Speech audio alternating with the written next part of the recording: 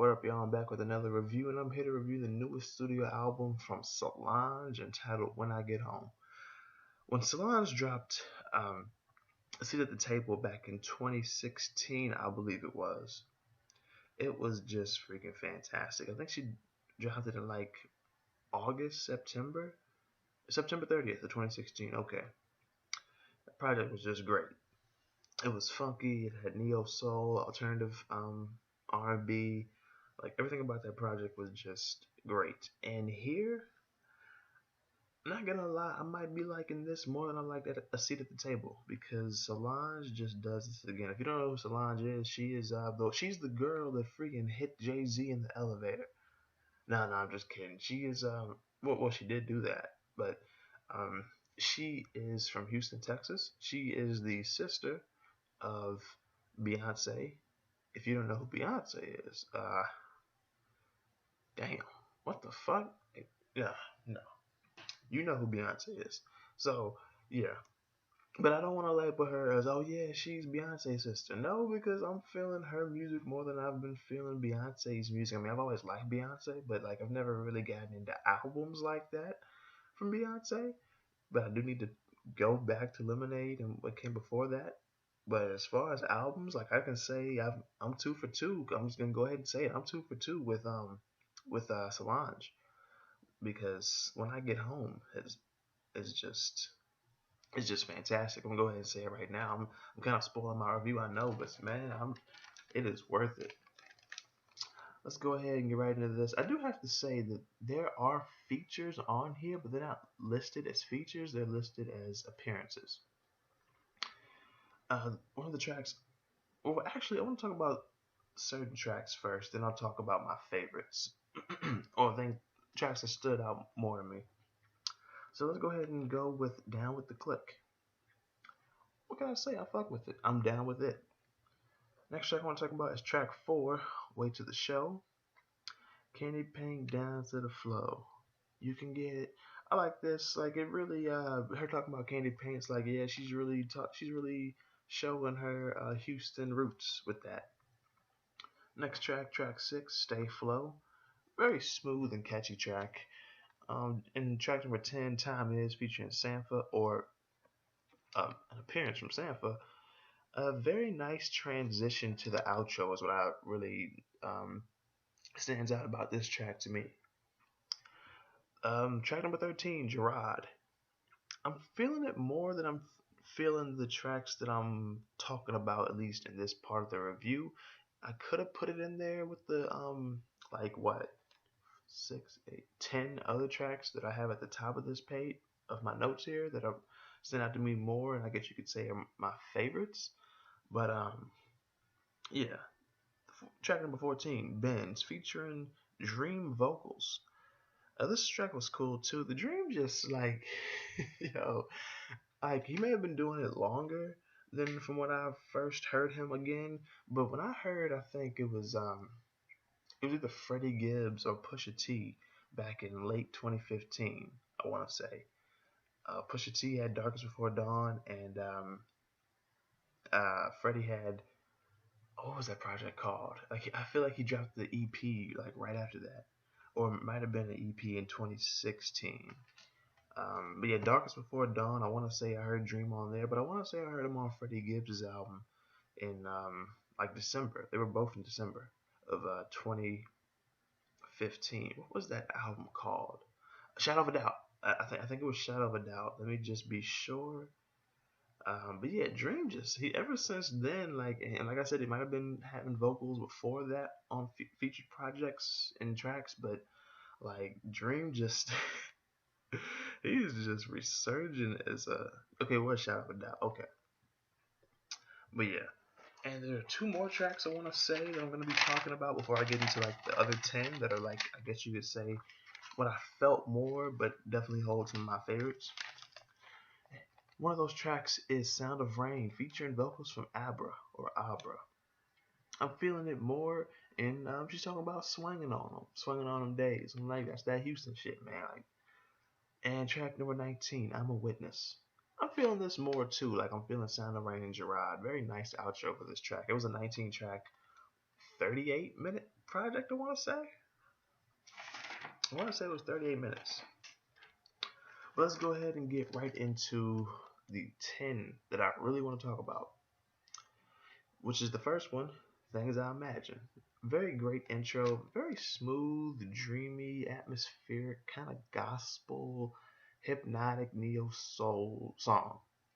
And I like the S. McGregor skit that, or interlude that comes after it.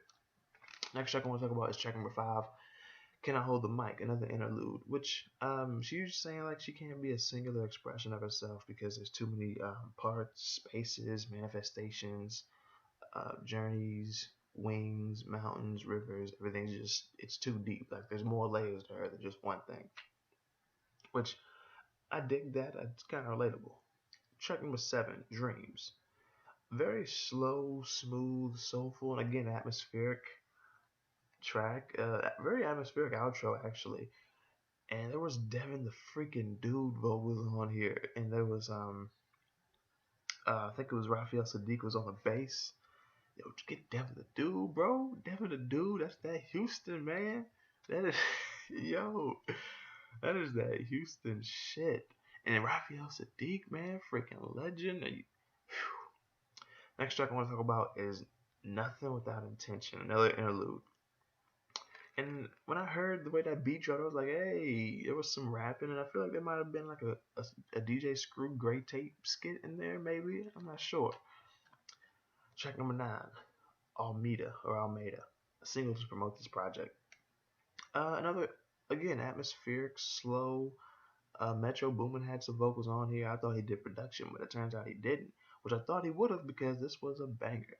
And this was also had Playboy Cardi vocals as well, and he was cool. He went in like he didn't really rap, but he did go in. He was flowing. He was riding the beat nice, and this track was primarily about bi girl things.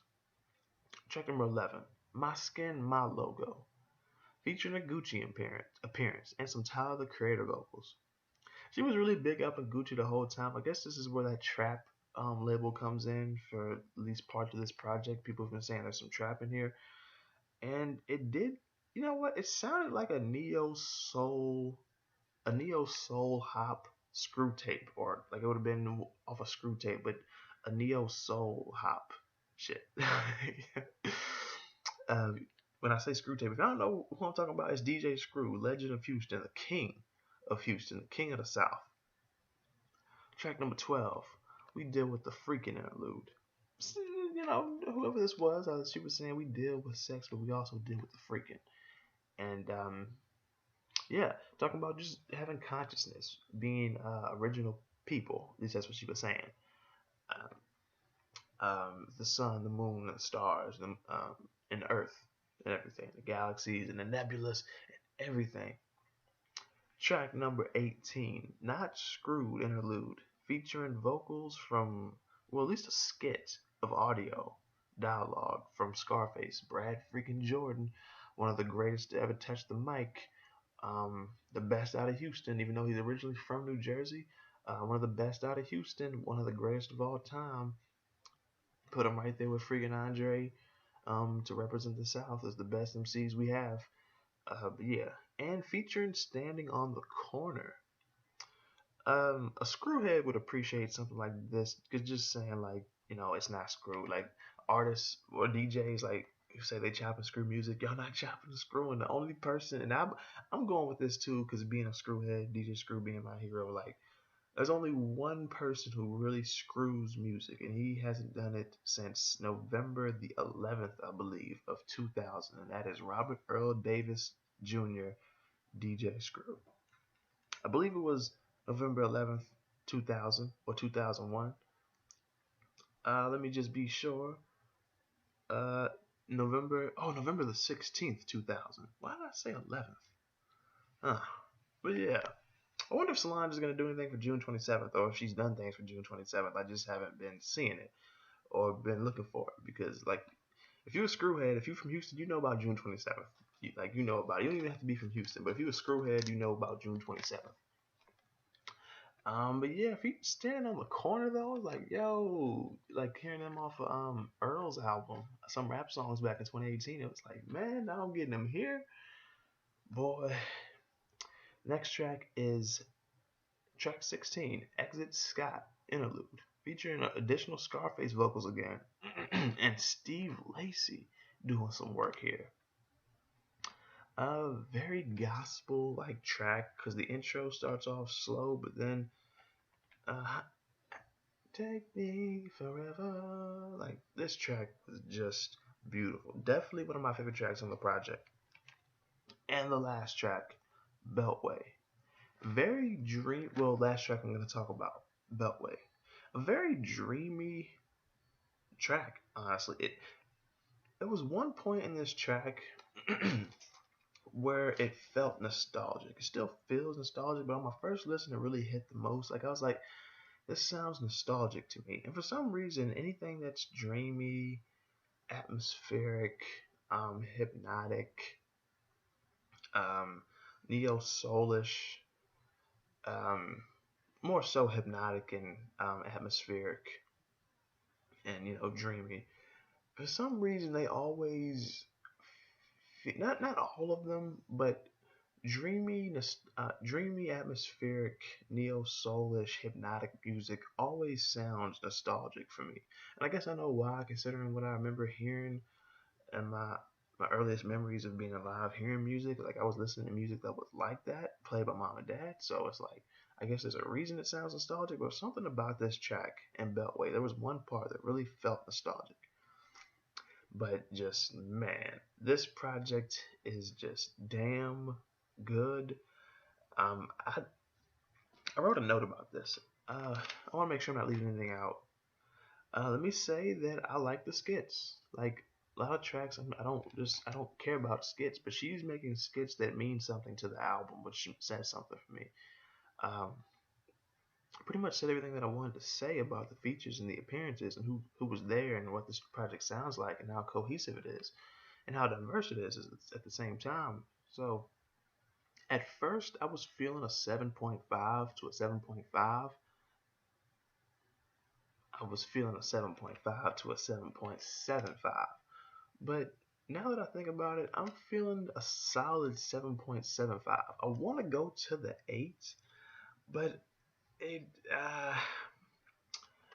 I don't know. I'm just not feeling it like that much to where I give it like an 8 or 7.75 to an 8.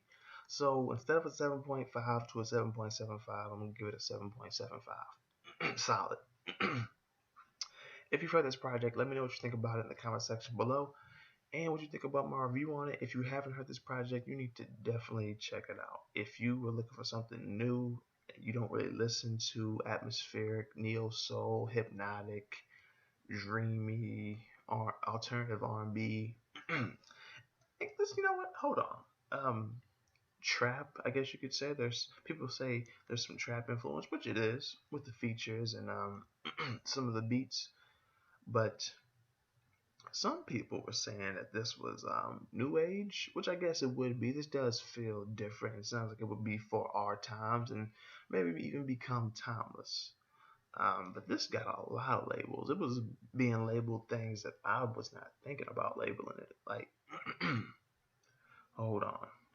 I saw that this project was being labeled. Oh, it was released March 1st, so it dropped in Women's History Month. This was a great project for Women's History Month. This project was labeled funk. That's okay. That is in there. R&B, jazz, definitely the jazz in there. But psychedelic soul. I didn't think to call it psychedelic soul, but I definitely see that. So yeah, but like I said, 7.7 out of 5. Let me know what you think about the project in the comment section below, and what you think about my review on it. If you haven't heard the project, definitely check it out. Then come back. Let me know what you think about my review and the project especially. And hit the like button if you like this review. Share the review. Subscribe to the channel if you're new and like the content that you see. Check the description. I'll leave a link to stream this, or you can just look it up. You can easily find it on YouTube and stream it there. And everywhere else, pretty much, you can buy it. I definitely recommend that. Support great music. Um, and Also check the description because my social medias and my PSN, my email, Anything else that you can connect with me on is down there, except like a Tumblr and shit like that. And that's pretty much it. Thank y'all for watching. I will see y'all next time.